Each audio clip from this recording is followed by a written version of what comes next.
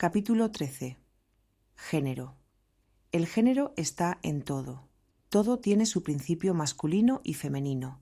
El género se manifiesta en todos los planos. El Kybalion. El séptimo. Gran principio. Hermético. El principio de género encierra la verdad de que el género se manifiesta en todas las cosas, de que los principios masculinos y femeninos están siempre presentes en plena actividad en todos los fenómenos y en cada uno de los planos de la vida. En este punto es bueno llamar la atención sobre el hecho de que el género, en su sentido hermético, y el sexo, en la acepción ordinariamente aceptada del término, no son lo mismos. La palabra género deriva de la raíz latina que significa concebir, procrear, generar, crear, producir.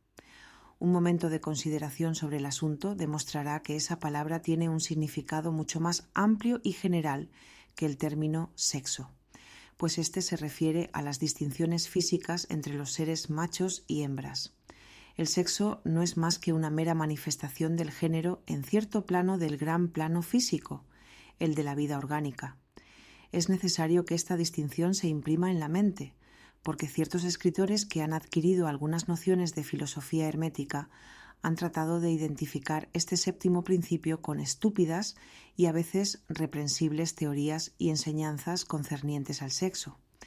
El oficio del género es solamente el de crear, producir, generar, etc., y sus manifestaciones son visibles en todos los planos fenomenales. Es un tanto difícil aportar pruebas de esto siguiendo las líneas científicas, porque la ciencia no ha reconocido todavía a este principio como de aplicación universal. Pero así y todo, van produciéndose algunas pruebas provenientes de fuentes científicas. En primer lugar, encontramos una manifestación distinta del principio del género entre los corpúsculos, iones o electrones que constituyen las bases de la materia como la ciencia lo reconoce actualmente, y que, al constituir determinadas combinaciones, forman el átomo, que anteriormente se consideraba como el punto final e indivisible. La última palabra de la ciencia es que el átomo está compuesto por una multitud de corpúsculos, electrones o iones, diversos nombres de la misma cosa, que giran unos en torno de otros y vibran con un elevado grado de intensidad. Pero se postula además que la formación del átomo se debe realmente a que los corpúsculos negativos se pongan a girar en torno de uno positivo. Los corpúsculos positivos parecen ejercer cierta influencia sobre los negativos, impulsando a estos a constituir ciertas combinaciones que dan como resultado la creación o generación de un átomo. Y esto está perfectamente de acuerdo con las más antiguas enseñanzas herméticas, que han identificado siempre al principio masculino del género con lo positivo y al femenino con lo negativo, como en la electricidad, por ejemplo. Puédese agregar ahora que la mente pública se ha formulado una impresión completamente errónea sobre las cualidades del llamado polo negativo de la materia electrizada o magnetizada. Los términos positivos y negativos han sido pésimamente aplicados a este fenómeno. La palabra positivo significa algo real y fuerte en comparación con la irrealidad o debilidad del negativo, pero nada está más lejos de los hechos reales de los fenómenos eléctricos. El polo negativo de la batería es realmente el polo en y por el cual se manifiesta la generación o producción de formas y energías nuevas. Nada hay de negativo en él. Los hombres de ciencia de mayor autoridad están actualmente empleando la palabra cátodo en vez de negativo, derivando cátodo de una raíz griega que significa desciende, el recorrido o camino de la generación, etc. Del cátodo emerge el torbellino de electrones o corpúsculos. Del mismo polo surgen esos maravillosos rayos que han revolucionado las concepciones científicas durante la pasada década. El polo catódico es la madre de todos los extraños fenómenos que han convertido en inútiles a los antiguos libros de texto y que han hecho que teorías mucho tiempo aceptadas hayan sido relegadas al montón de los desechos de las especulaciones científicas. El cátodo, o polo negativo, es el principio madre de los fenómenos eléctricos y de las más sutiles formas de materia que la ciencia conoce actualmente, de manera pues que existen poderosas razones que impulsan a rechazar el término negativo, insistiendo en sustituirlo por la palabra femenino en vez del término antiguo.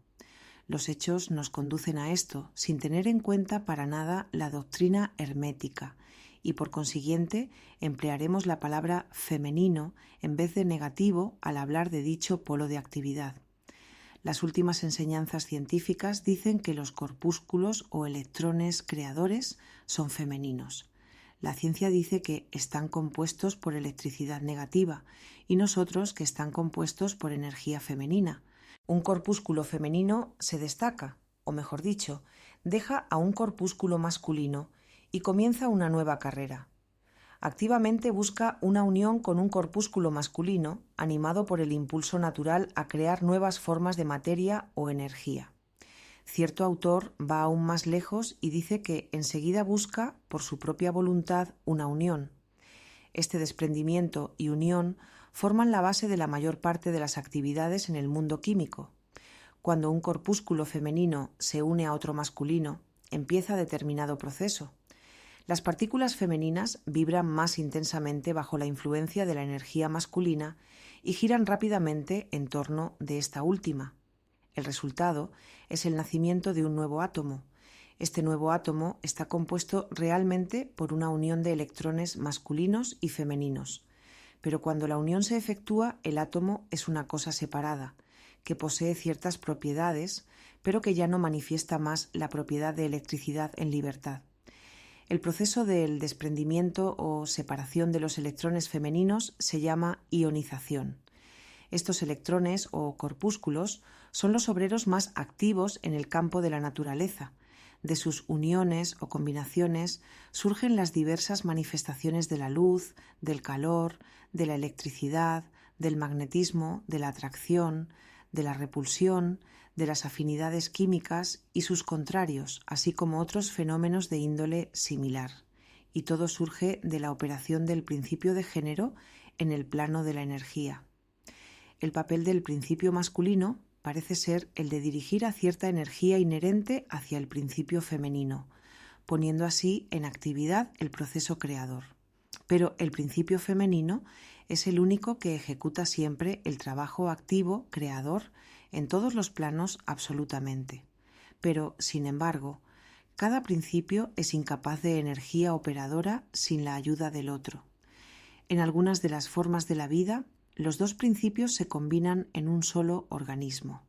Por esta razón, todo en el mundo orgánico manifiesta ambos géneros. Siempre está el principio masculino presente en la forma femenina. Las enseñanzas herméticas comprenden en gran parte la operación de los dos principios del género en la producción y manifestación de las diversas formas de energía, etc. Pero no es necesario entrar en detalles sobre el mismo en este asunto, pues no es posible endosarlas momentáneamente con pruebas científicas que aún no existen, debido a que la ciencia no ha progresado todavía suficientemente. Pero el ejemplo expuesto sobre los fenómenos de los electrones o corpúsculos demuestra que la ciencia está en el verdadero camino y también da una idea general sobre los principios subyacentes.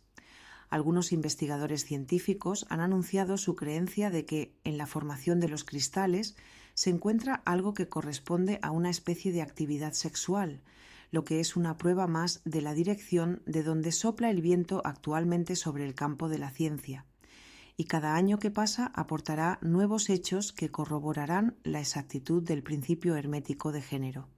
Se encontrará que el género está en operación constante, manifestándose en todo el campo de la materia inorgánica, así como en el campo de la energía o fuerza.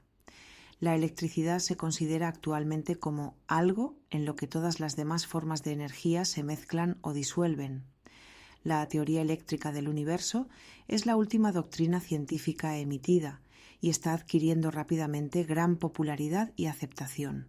Y de esto se deduce que, si hemos podido descubrir en el fenómeno de la electricidad, en la misma raíz o fuente de sus manifestaciones, una evidencia clara e inequívoca de la presencia del género y de sus actividades, se puede afirmar sin miedo que la ciencia llegará últimamente a ofrecer pruebas de la existencia en todos los fenómenos del universo de ese gran principio hermético, el principio de género. No es necesario perder el tiempo hablando del conocido fenómeno de la atracción y de la repulsión de los átomos, de la afinidad química, de los amores y odios de las moléculas, de la atracción o cohesión entre las partículas de la materia. Esos hechos son harto conocidos como para exigir mayores comentarios. Pero, ¿se ha pensado alguna vez en que todas esas cosas no son más que manifestaciones del principio de género? ¿No se ve claramente que el fenómeno es general, trátese de corpúsculos, moléculas o electrones? Y todavía más. ¿No es enteramente razonable y lógica la enseñanza hermética que afirma que la misma ley de la gravitación, esa extraña atracción por la cual todas las partículas y cuerpos en el universo tienden unos hacia otros, no es sino otra manera de manifestarse del principio del género, que opera en la dirección de atraer las energías masculinas hacia las femeninas y viceversa? No es posible ofrecer pruebas científicas por el momento, pero si se examinan los fenómenos a la luz de las doctrinas herméticas sobre el asunto, se verá que no existe hipótesis alguna mejor que la actual, que explique los problemas. Sométanse todos los fenómenos físicos a la prueba y se verá que el principio del género se hace evidente. Pasemos ahora a considerar la operación de este principio en el plano mental. Muchos hechos interesantes están esperando nuestro examen. Fin del capítulo. Gracias por acompañarnos en este viaje de conocimiento. Si esta enseñanza te ha resonado, no olvides suscribirte, activar la campanita y dejar tu comentario. Tu opinión y energía son esenciales para seguir expandiendo esta sabiduría ancestral.